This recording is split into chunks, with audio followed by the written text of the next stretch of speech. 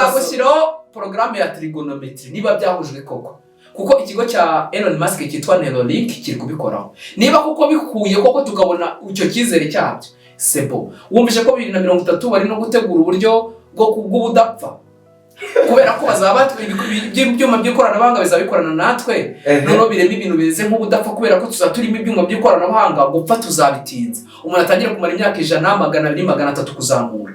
Icyo gihe rero urumva ntabwo wavuga ko umuntu icyo kintu kitazaba ari Imana, kuko Imana n'ubundi ni umutegetsi w'ikirenga udukora ibyo tutakwishobokera tutashobora, ubwo adukorera nyine ibyo twe tutashobora. Ubwo rero abantu bazatangira kwizera mu ikoranabuhanga nk'aho ari Imana. Iyo details rero izazamuka, kuko turi mu gihe amakuru yandagaye kurusha ikindi gihe cyose cyabaye. Kijyanye n'ukuntu aya makuru yose dushyira kuri murandasi yibikaho biriya ni fact, ni ibizibiti by'ahantu twanyuze. Uko ukomeza rero kugenda uyashyiraho ukagira ngo nta muntu uyabona, ayashyiraho cyane kuri akuntu rwose uri muri yangiza. Byose rero biri muri icyo gice. Ntekereza ko AI igiye guhindura ibintu byose. Nahoze mbona ko muri Albania banatoye umuyobozi wa AI ahahise. Ubwo ngubwo ndi hano mu 2025 mwavuga ati se u Rwanda rwari rumeze gute wenda nko mu cyamaganiranye? Yego, mwahita mvuga ati hari umuntu wabikoze reka nje gutembera mu cyaro. Ubwo no gusubira inyuma mu bihe. Yego, icyo gihe rero bigakora se bigakora. Batangiye gukora uburyo bwo kuba wahura n'umuntu wawe wapfuye bakoresheje iki gice cyitwa VR. VR yo izahindura ibintu cyane, kuko no mu bworozi yatangiye gukoreshwa, aho ushobora kuba watuma itungo ryawe rirya ubwatsi rikumva rimeze nk'iriri mu kibaya cyiza. Nabuhanga njya mvuga ko ari nk'icyuma gityaye ku mutetsi w'umuhanga kimufasha gukora akazi neza, ariko iyo uri umuswa kiragukata. Yes guys, tubaye ikaze rero kuri Rwanda Cultural TV, Satya TV online TV station. Today ndabizi mumaze kubimenyera ko turi kumwe no mutumirwa wacu Josue Maripasi ishimwe. Okay, mumaze kubimenyera ni nararibonye, ni umusesenguzi mu bintu bijyanye na AI, artificial intelligence, ibintu bya ikoranabuhanga, tukagenda no mu buzima harya ni psychology, ni mental health. Tubaye ikaze rero. Urakoze cyane. Muri Sanga. Yego. Okay, ubwo uri butangire ubibwira uri muntu ki? Ishimwe Josue Maripasi.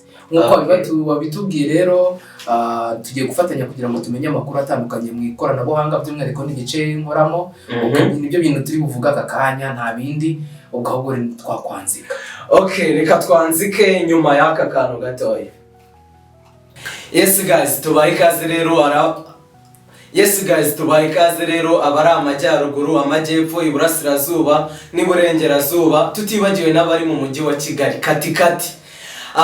Iyi ni Satya TV mukomeje gukurikira, njye ndi Kabastanga kuri mikoro, ariko uyu munsi ntabwo ndi njyenyine, ndi kumwe n'umutumirwa umenyereye ibintu bya AI, artificial intelligence n'ibintu byinshi, ni umushakashatsi mu bintu bigiye bitandukanye. Turi kumwe muri studio. Murakaza neza. Urakoze cyane ngo ni umushakashatsi mu bintu bigiye bitandukanye. Yego. Okay, ni ikoranabuhanga. Ikoranabuhanga, artificial intelligence, ubuzima bwo mu mutwe n'ibindi byinshi bigiye bitandukanye.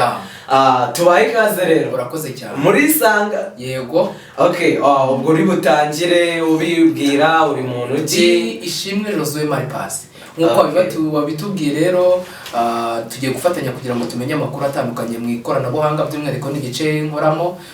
Nibyo bintu turi buvuga aka kanya, nta bindi. Ubwo ahubwo twakwanzika. Okay, reka twanzike nyuma y'aka kantu gatoya.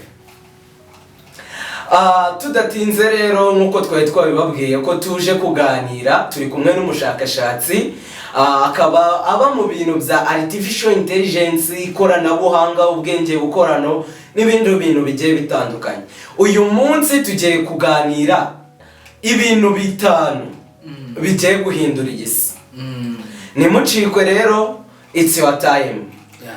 Maripasi, nk'ibintu mukoramo by'ubushakashatsi, ubwenge bukorano,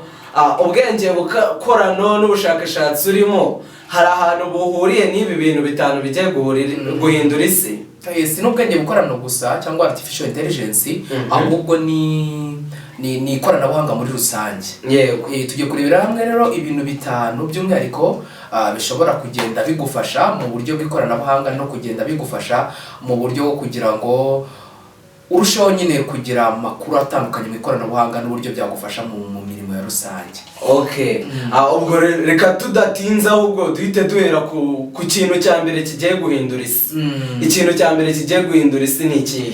Ikintu cya mbere rero twababwiye ni AI, nk'uko wakomeje kuvuga ngo ndi umushakashatsi kuri AI. AI ni artificial intelligence, ubwenge bukorano.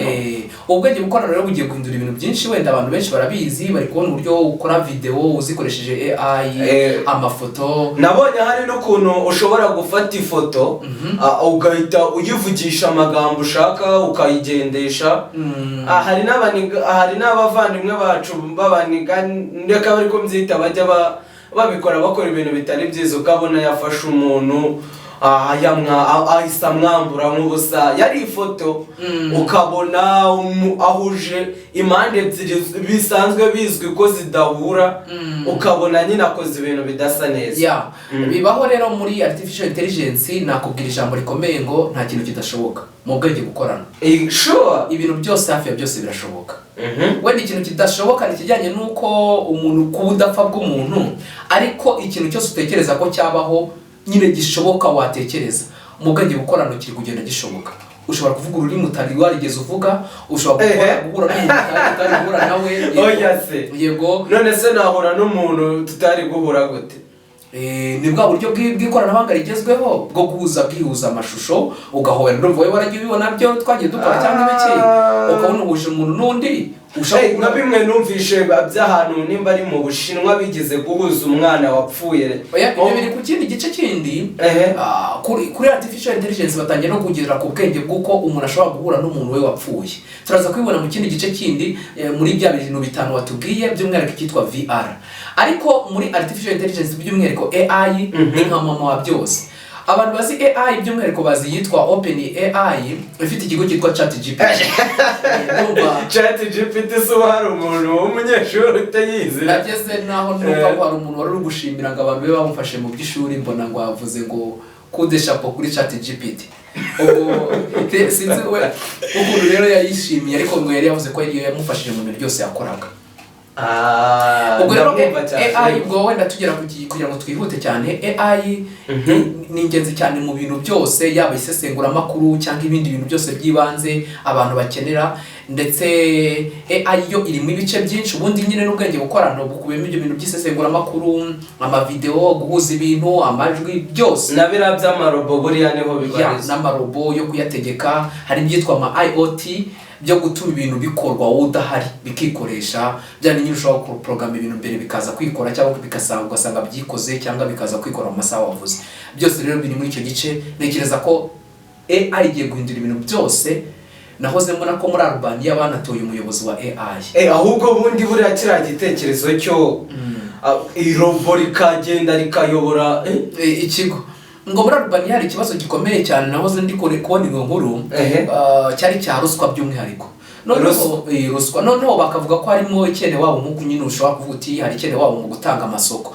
Baravuga ati rero kadushyiramo umuntu udafite amarangamutima uzajya uba programme agatanga akazi kuri criteria zatanzwe, utazarya ruswa. Utazarya ruswa. None ubwo ikibazo misa ahubwo ngira, ahubwo bungubu si yaba iturufu ikomeye, ahubwo kugira ngo ibintu bikorwe nabi, noneho kugira ngo bahite banabona ubwireguro, bahite bavuga ati se nimba ari robo yabikoze urumva narabigizemo uruhare gute.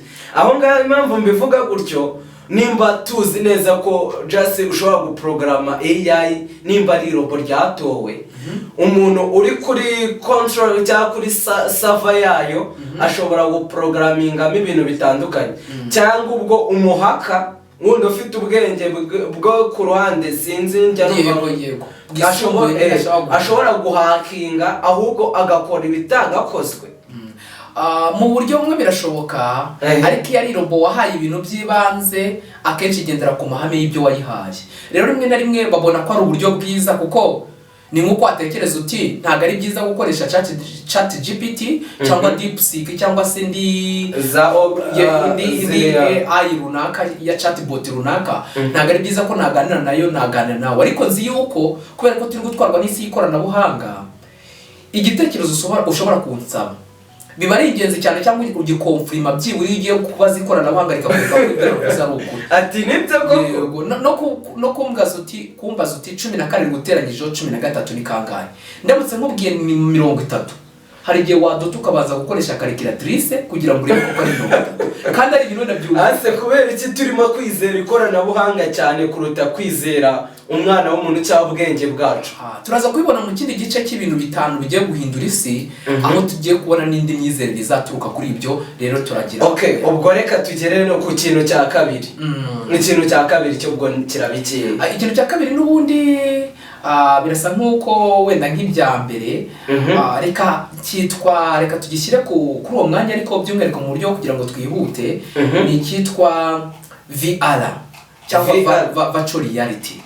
Virtual reality virtual reality ni uburyo bw'ihanga amashusho ariko y'amakorano.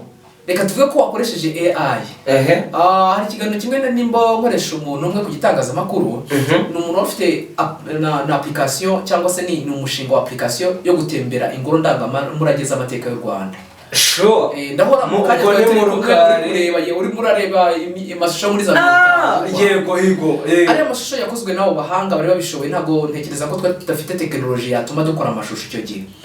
Ariko ubu noneho abana bafite ubuhanga bari kureba ya mashusho yo muri icyo gihe bakayarima, noneho bakayahuza n'amashusho agezweho, noneho bakaba banagutembeza mu bihe ukareba inyuma ahahise. Ubwo ngubwo ndi hano mu 2025 mwavuga ati se u Rwanda rwari rumeze gute wenda nko mu cyamaganiranye? Yego. Mwahita mvuga ati hari umuntu wabikoze reka nje gutembera mu cya, ubwo no gusubira inyuma mu bihe. Yego. Icyo gihe rero bigakora se? Bigakora. Mwibonayo? Yego. Nkatemberayo nkavugana n'abantu babo. Aho ni naho wavugaga handi ngo bageze naho bahuza umuntu wapfuye n'umuntu muzima. Byaragaragaye muri Korea y'Amajyepfo na hariya rwose mu bice byo muri Burasirazuba muri Aziya. Yego. Batangiye gukora uburyo bwo kuba wahura n'umuntu wawe wapfuye bakoresheje iki gice cyitwa VR. VR yo izahindura ibintu cyane kuko no mu bworozi yatangiye gukoreshwa, aho ushobora kuba watuma itungo ryawe rirya ubwatsi rikumva rimeze nk'iriri mu kibaya cyiza, ngo riri kuryoherwa kandi ngo riri kurya ibyatsi byumye. Yego. Rero wowe urigica mu mutwe cyangwa uburyo bw'ikoranabuhanga, ubwo buryo ukuntu bukorwa nihanga amashusho ryo gutekereza neza uko ibihe byari bimeze. None iyo umaze kubirema, wowe umwambika cya VR set, icyo kiri nete cyangwa ikintu asibira bintu mbona bakora bari gukina video games, bari gutwara ngo n'imodoka kandi atari mu modoka yicaye ku ntebe. Rero ubwo urumva ibyo bintu ni video yibirimo imbere ya programmwe. Rero iyo uyihuje n'intekerezo zawe cyangwa ukayirebamo, wowe ubona kuri hahantu mzanya. Ni nako rero bikorwa ushaka guhura n'umuntu yapfuye, uba waratanze amakuru yibanze kuri we uko yavugaga ijwi rye, noneho mu tekinisiye mu byerekeye ikoranabuhanga ari mu muntu usa nawe. Byari nahoze ndi kuvuga niba uko ushobora gukoresha umuntu ibikorwa bitari ibye, n'uwo muntu bamurema ibisa nabyo nyine nkaho ariho. Noneho wamubaza nk'uko ubaza chat GPT cyangwa se AI runaka, wa muntu y'ama DeepSeek, wa muntu aragusubiza. Iyo amaze kugusubiza rero wowe urumva niba ari umubyeyi wawe wapfuye mu myaka ubwo mwubwo aramutse agututse ushobora kugaruka uvuga ati mama aranutse. Yego. Ariko ntekereza ko zifite ikinyabupfura cyane, AI barazitoza. Sinzi wenda uzafate nka chat GPT nayo ibaza ikibazo wenda kijyanye n'ibintu birimo amakuru atari meza, izaguhakanira iguha inzira nziza. Rero baba barazitoje neza ku buryo igufasha. Ariko tugarutse kuri iyo AI, hari umwana ejo bundi numvishe wiyahuye bitewe nayo, yaramugiriye inama yo kwiyahura, none ayimubuza no kugira umuntu n'uyu n'umwe abibwira. Kuko AI noneho cyangwa ubwenge bavuga ko tuzanagira ingaruka zo kuba twarwana nabwo cyangwa tugashwana nabwo, kuko no mu gihe gishize hari irushanwa ryabaye muri iriya bihugu bari kuzitestinga, zirwana n'abantu. Sure. Urumva itangiye kugira amarangamutima ku buryo niba izi ko iriruka cyane, unyihanganirwa ibicurane, niba izi ko yiruka cyane kukurusha, ikabona ufite umuvuduko uyirenze, igira ishyari ku buryo ishobora kukubita igipfunsi, kandi ibyo bintu bitabiri byateguye kuri programme mwavuze muti ni ukwirirwa kugera hariya. Rero niba zitangiye kugira amarangamutima ashobora gutuma zihinduka. Ntese ni gute bigira amarangamutima ifite umutima se cyane nyine ubwo urumva ni bya bindi turi kuvuga nkuko wari wavuze ngo muri Albania bizagenda bite igihe robo ishobora gutangira gukora amakuru atariyo cyangwa undi muntu akayihindura. Ntabwo twabimenya ariko bavuga ko kubera ubwenge bwinshi bari kuziha zishobora kuzagira amarangamutima ashobora no guhindura ibintu. Niyo twavugaga numvaga arimo Masere Kamanze manure akakantu done. Iyi virtual reality rero ni icyo urebye ni ikintu nyine twavuga ibintu bitanu ushobora kuzahindura isi by'umwihariko mu gice cy'ikoranabuhanga. Icyambere twabonye ko ari AI muri rusange, none virtual reality nayo ni igice cya AI cyangwa cy'uburyo bw'ikora amashusho ikagutembereza mu bihe cyangwa hazaza. Ubwo rero wenda abantu bazamura ikiganiro cyagutse kivuga ku bya virtual reality ariko ishobora kugutembereza mu bihe ahazaza kukujyana hamwe bidashoboka. Ubwo reka tumuvinge ku cya gatatu. Yego twagera ku cya gatatu rero ni generation ya 5G. 5 generation. Iyi rero imivuduko se. Yego. Urumva tugeze kuri generation ya 5. Mwabonye ko mu Rwanda ejo mundi yahageze. Yego yaraje. Ndetse ibigo bimwe bitangiye kwikoresha karagace ka convention center bavuze ko bayihashyize na Kigali Haiti no ku bitaro by'ingenzi bagiye gutangira kubishyiraho, ariko icyo bavuga ko iyi generation ya 5 izatuma ibintu byihuta cyane. Nabyo bikaba mu bintu biri guhindura isi cyane. Nk'urugero turi kugera twinjira mu buryo bwo gukoresha imodoka zikoresha uburyo bw'ama hybride n'izikoresha umuriro w'amashanyarazi.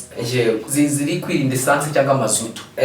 Izi rero kubera ko zitatangira gukora mu buryo buri automatique, generation ya 5 ni ikintu cy'ingenzi kizafasha ku buryo ibintu byihuta cyane. Ubwo zizaba zivuduka cyane, zivuduka kandi zikora automatique kwa kundi bigiye kugera naho ushobora kuzajya mu modoka ikitwara byose. Ubwo rero byose generation ya 5 izayifasha ko bikenera ko abari umuvuduko wa internet wihuta cyane.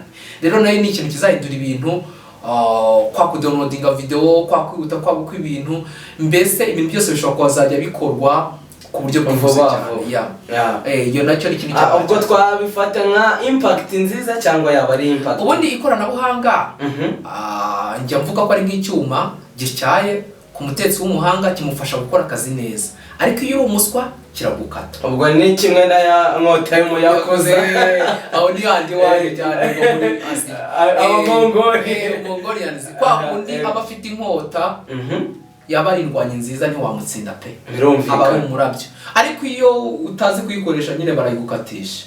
Ubwawe irakwirangiriza kandi ni nabyo rero nabyo ntabwo twavuga ngo ni byiza cyangwa ni bibi, gusa ibyiza byabyo birahari byinshi kuko bituma twihuta cyane, kandi iyi si turi mu isi yihuta cyane, y'ikinyejana cyihuta cyane. Ndumva byumvikanye. Ubwo twagera ku ya 4. Iya 4 rero n'ubundi twavuze ko wenda twavugaho ni ibintu byitwa ama cyber security by'umwihariko, ariko ni uburyo bw'umutekano w'ikoranabuhanga. Ubwo iyo ukivuga ibyo ngibyo mitanumvamo bari aba hackers. Yego nabyo.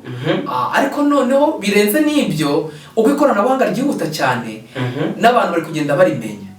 Rero mu gihe kizihuta cyane bisaba ubuhanga bukomeye cyane kugira ngo abantu batangire kujya barinda amakuru yabo, kuko turi mu gihe amakuru yandagaye kurusha ikindi gihe cyose cyabaye. Nta n'ikinga ubuse kuyarinda ubundi byashoboka gute kandi ahubwo ari twebwe tuyishyirira hanze. Ibyo byo wenda n'ibisanzwe. Nzareka gukoresha email se ndeke gukoresha Google se. Ibyo ni ibisanzwe, ari nabyo wenda twazategura ikiganiro cyagutse kuri byo kijyanye n'ukuntu aya makuru yose dushyira kuri murandasi yibikaho biriya ni fact, ni ibizibiti by'ahantu twanyuze. Uko ukomeza rero kugenda uyashyiraho ukagira ngo nta muntu uyabona, uyashyiraho cyane kuri akuntu rwose uri muri yangiza. Ariko uko biri kose bizaba bifasha uburyo bw'ikoranabuhanga ryihuta no gutuma abantu bagera ku muvuduko w'isi. Ubwo reka rero twanzure ikintu cya gatanu rero nibyo twahoze tuvuga bitangira, ibi bintu bizanarema n'Imana nshya yitwa dataism. Abantu nkuko twahoze tubivuga, utanyizera bisaba ko ucekinga ku ikoranabuhanga, abantu bazatangira no kutizera n'Imana ubwayo, batanyizera Imana. Yego, Imana y'ikoranabuhanga. Hari umugabo witwa Yuval Noah Harari yanditse igitabo cyitwa Homo Deus, avuga ko abantu bo mu kinyejana gishya b'ikoranabuhanga bameze bafite utuntu two kwizera ikoranabuhanga cyane, bazagira ibikoresho byinshi by'ikoranabuhanga bibariho bituma bakora ibintu byinshi. Icyo gihe bazabona ko ubushobozi bwose bashobora kubukura mu ikoranabuhanga birenze no kwizera Imana. Rero nibwo hari ikintu cya gatanu kizahinduka, imyizerere mishya yitwa Homo Deus. Ishobora kuzasimula Islam, Buddhism, Shinto, Christianism n'andi matorero twizeye. Ubwo abantu bazatangira gusenga ikoranabuhanga se. Byasa nabyo kuko n'ubwo birakorwa, nimba bishobora kuba byagorana kwizera umuntu ukajya kucekinga ikoranabuhanga yego. Kandi noneho ikoranabuhanga ry'ubu ngubu ryihuta, twese tubivugaho, wabonye ko ikintu cyerekeranye n'ubwonko, ikintu cyerekeranye n'imbaraga z'umubiri, ikintu cyerekeranye no gukora ibintu bitangaje rizaba ribikora. Niba ikoranabuhanga rya vuba anga ry'amaships rizinjira mu bwonko ukavuga ururimi utari kumenya, ntabwo wenda nzi nimba uzi igishinwa neza, ariko riba gushyiramo chips ejo uzaba uri kuvuga igishinwa neza kubera ko ya chips izakorana no bwonko. Ibyo rero bari kuziga imyaka 10 bikakugora, ukaba ubikorewe mu munsi umwe, umuntu wabikoze koko abasa nka hari Imana. Ubu nk'umuntu utazi umubare, utazi ubona umubare agapfuka amaso, bazagushyiraho porogaramu ya trigonometry niba byahujwe koko. Kuko ikigo cya Elon Musk cyitwa Neuralink kiri kubikoraho. Niba kuko bikuye koko tukabona icyo kizere cyabyo, sebo. Wumvise ko 2030 bari no gutegura uburyo bw'ubudapfa. Kubera ko bazaba ibyuma by'ikoranabuhanga bizabikorana natwe, noneho birema ibintu bize nk'ubudapfa kubera ko tuzaturimo ibyuma by'ikoranabuhanga, gupfa tuzabitinza. Umuntu atangira kumara imyaka 100, 200, 300 kuzamura. Icyo gihe rero urumva ntabwo wavuga ko umuntu icyo kintu kitazaba ari Imana. Kuko Imana n'ubundi ni umutegetsi w'ikirenga udukora ibyo tutashobora. Ubwo adukorera nyine ibyo twe tutashobora. Ubwo rero abantu bazatangira kwizera mu ikoranabuhanga nka hari Imana. Iyo details imbere izazamuka. Rero ni umusozo wa byose, ni nacyo gituma usanga abantu rimwe na rimwe bavuga nyine ngo kuryitondera aya ma ID ikoranabuhanga ry'amaranga muntu, ikoranabuhanga bagatangira kuyakemanga. Nibyo byari ibintu bitanu rero wenda wari kugira bikatuzarebe uburyo mwanya tugenda tugwa kuri buri kimwe wenda, ariko ubwo ngubwo byari ibintu bitanu byo wenda navuga twazoza ari tugakomeza ibintu. Reka tubashimire kubw'umwanya mwahaye Satya TV. Ibitekerezo byanyu ni ingenzi, ni nyamibwa. Reka twizere ko umuntu wumvisha iki kiganiro hari ikintu bimusigeye, hari ubutumwa bimusigeye. Kwandagaza amakuru, ibi bintu bya dataism, nizere ko nibigera uzaba hari package wafashe. Bizagorana niba koko kwiga igishinwa byarakugoye imyaka 2, 3, 5. Umwana mu gitondo akifatira chips irimo programu y'Igishinwa njiga 2, akaza yivugira speaking neza na writing, wenda icyabuze ari garamu, kuko naye yagiye akayigira mjigenye wenda ziga garamu. Bizagora, ahubwo ubuzima buri imbere buteye amatsiko niko umuhanzi yaririmbye. Okay, rero turabashimiye rero bakunzi ba Satya TV. Ibiganiro byacu nakagaruka, nimucikwe, hari tubapfunyikiye byinshi. It's your boy Kabastang, Asravista, peace and love. Bye. Thank you.